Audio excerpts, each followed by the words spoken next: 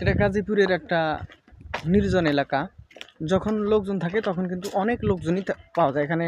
মানুষ এসে খেলাধুলা করে। এটা একটু রিস্ক আছে।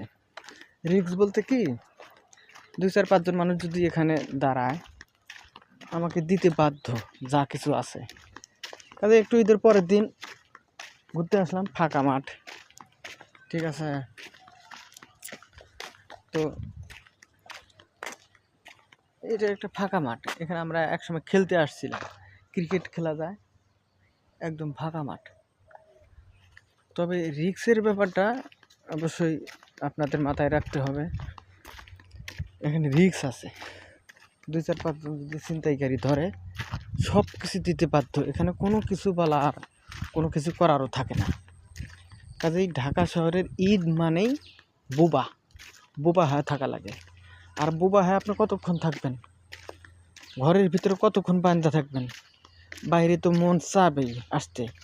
তবুও একটু সাহস করে আমি আসলাম, যাই কতক্ষণ বাসায় বসে থাকা যায়।